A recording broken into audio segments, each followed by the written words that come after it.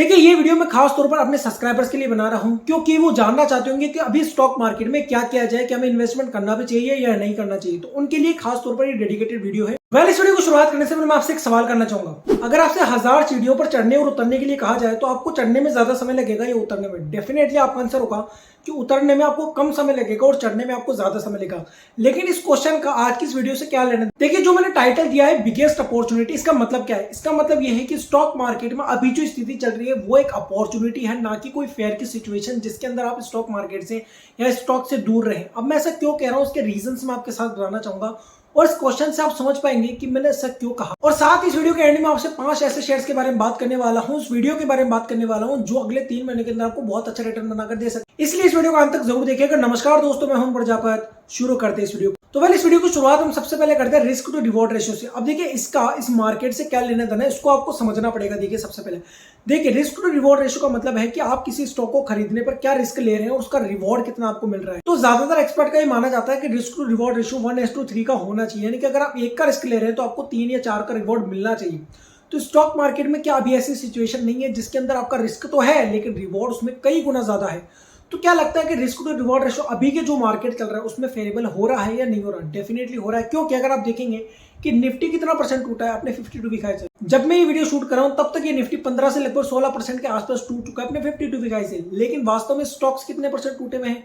50%, 40%, 30%, इस तरह से स्टॉक टूटे हुए हैं। तो मैं आपसे एक सवाल पूछना चाहूंगा, इस तरह के जो भी स्टॉक अभी टूटे हैं उससे पहले वो कब टूटे हुए थे? और आप कहेंगे कि कोरोना के समय, जब स्टॉक मार्केट के अंदर सारे स्टॉक बहुत तेजी से नीचे गिर गए थे। और उसके बाद क्या हुआ था आप जानते हैं? उसके बाद ये हुआ कि स्टॉक मार्केट में एक बहुत बड़ा बुल रन आया और उससे क्या हुआ, जितने भी स्टॉक गिरे थे वो कई गुना हो गए। और मैं आपसे एक बात और कहना चाहता हूं, जितने भी ऐसे लोग हैं जिन्होंने स्टॉक मार्केट में कोरोना के बाद से एंट्री ली है, मैं विश्वास और दावे के साथ ये कह सकता हूं कि वो कभी ना कभी ये सोचते होंगे कि काश हमने कोरोना के समय में इन्वेस्टमेंट किया होता तो हमारा इन्वेस्टमेंट आज कई गुना ज्यादा हो चुका होता। तो यहाँ पर याद रखिएगा, कोरोना के बाद से यही एक ऐसी सिचुएशन है जब मार्केट 15% टूटा है लेकिन स्टॉक 50%, 40% टूट चुके हैं। तो ये पहला रीजन है और पहला लॉजिक है जिसके कारण से मैं कह रहा हूं कि अभी के समय जो अपॉर्चुनिटी है वो सबसे बेस्ट अपॉर्चुनिटी है। क्योंकि कोरोना के बाद से जो स्टॉक टूटे तो उसके बाद क्या हुआ ये आप सब जानते हो। लेकिन देखिए यहाँ मैं आपसे एक बात और कहना चाहूंगा, बुल रन का मतलब क्या होता है? बुल रन एक फेज की तरह होता है, जिस तरह बियर रन होता है उसी तरह एक बुल रन होता है। तो बुल रन एक फेज के रूप में आता है। अब क्या लगता है कि वो फेज केवल 2 साल ही चलेगा?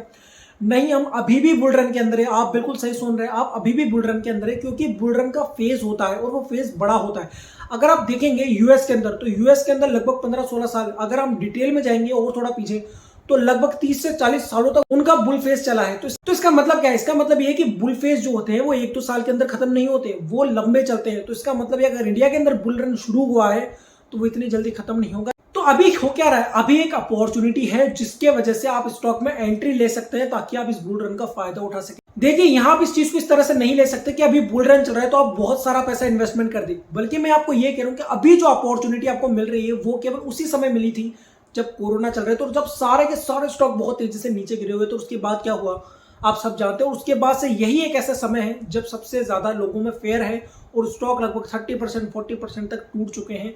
तो ये मुझे लगता है सबसे बड़ा रीजन है जिसके वजह से आपको इन्वेस्टमेंट करना चाहिए इस समय। तो यहाँ मैंने 2 ऐसे लॉजिक बताए जिसके कारण से आपको इन्वेस्टमेंट करना चाहिए अभी के लिए। अब मैं आपसे तीसरा लॉजिक शेयर करना चाहता हूँ। देखिए जब कोई स्टॉक अच्छा खासा नीचे गिर जाता है तो जब दोबारा से वो ऊपर आता है तो वो कई बार वापस से अपने लेवल पर दोबारा आने के प्रयास करते हैं। यानी कि जब वो ऊपर आता है तो दोबारा से नीचे गिरता है और उस समय वो अपने लेवल को रीटेस्ट कर रहा होता है। इसे रीटेस्ट करना कहते हैं। और जब भी इस तरह की चीजें बनती हैं, जब भी अपना प्राइस किसी स्टॉक के अंदर अपने लेवल को रीटेस्ट करता है तो उस स्टॉक के अंदर एक बड़ी अपॉर्चुनिटी बनती है, उस स्टॉक में अंदर एक भारी खरीदारी देखने को मिलती है और उस स्टॉक से आप बहुत अच्छा पैसा बनाते हैं। तो अगर आप ध्यान से देखेंगे निफ्टी का चार्ट, तो क्या निफ्टी में ऐसा नहीं हो रहा? अगर आप एक निफ्टी को एक स्टॉक की तरह माने तो आप देखेंगे कि 15 मई के बाद निफ्टी के अंदर एक बहुत अच्छी खासी बिकवाली देखने को मिली, खरीदारी देखने को मिली। उस चार्ट पैटर्न में आप देख सकते हैं। लेकिन उसके बाद क्या हुआ, स्टॉक मार्केट में वापस से बिकवाली शुरू हुई और आप देख सकते हैं अभी निफ्टी का लेवल उसी लेवल के आसपास है जहां से निफ्टी उठना शुरू हुआ था। तो यहां पर इसे रीटेस्ट करना ही कह सकते हैं। तो ये तीसरा लॉजिक है जिसकी वजह से मैं क्यों कह रहा हूं कि अभी जो अपॉर्चुनिटी है वो सबसे बड़ी अपॉर्चुनिटी इन्वेस्टमेंट करने की। अब मैं आपको चौथा लॉजिक और देना चाहूंगा। देखिए स्टॉक मार्केट में जो भी फेयर बन रहा है वो भारत की इकोनॉमी को लेकर नहीं है, ध्यान रखिएगा। वो हो रहा है यूएस की इकोनॉमी से लेकर, क्योंकि यूएस के अंदर बहुत ज्यादा इन्फ्लेशन बढ़ रहा है। तो यूएस की इन्फ्लेशन बढ़ने से उसकी इकोनॉमी पर असर पड़ रहा है, जिससे उसका स्टॉक मार्केट गिर रहा है। उसके रीजन से हमारे भी स्टॉक मार्केट पर उसका फर्क दिख रहा है। लेकिन हमेशा आप देखिएगा जब भी स्टॉक मार्केट में यूएस के कारण फर्क पड़ता है इंडिया के अंदर, तो वो फर्क अस्थायी होता है, यानी कि वो कुछ दिनों या कुछ समय के लिए होता है और उसके कुछ समय बाद इंडियन स्टॉक मार्केट और यूएस स्टॉक मार्केट के रास्ते अलग अलग हो जाते हैं। तो जो भी आपको ये समय दिख रहा है, जो भी स्थिति आपको दिख रहा है, ये एक अस्थायी स्थिति है। कुछ ही दिनों में, कुछ ही समय के अंदर ये स्थितियां सही हो भी सकती है। क्योंकि इसका रीजन देखिए, क्योंकि अगर हम इंडियन इकोनॉमी की बात करें तो इंडियन इकोनॉमी कोरोना के बाद से बहुत अच्छी खासी तरह से सुधर चुकी है। चाहे आप इकोनॉमी नंबर की बात करें, चाहे जीएसटी कलेक्शन की बात करें, आप किसी भी तौर पर अगर आप देखेंगे तो इंडियन इकोनॉमी का हाल काफी अच्छा है। जिस कारण से मैं आपसे ये कहना चाह रहा हूं कि अभी जो अपॉर्चुनिटी स्टॉक मार्केट में, वो अपॉर्चुनिटी हो सकता है आपको दोबारा ना मिले। क्योंकि स्टॉक का इतना ज्यादा गिरना ये कोरोना के बाद से दूसरी ऐसी स्थिति है जब ऐसा हुआ है, जब स्टॉक मार्केट इतना ज्यादा डिस्काउंट पर आपको स्टॉक प्रोवाइड कर रहा है। तो अभी मैंने जो 4 लॉजिक बताए, जो सबसे बड़े रीजन है स्टॉक मार्केट में जो फेयर बना हुआ है इसके रीजन से, लेकिन हम आपको एक रीजन और देने दूंगा।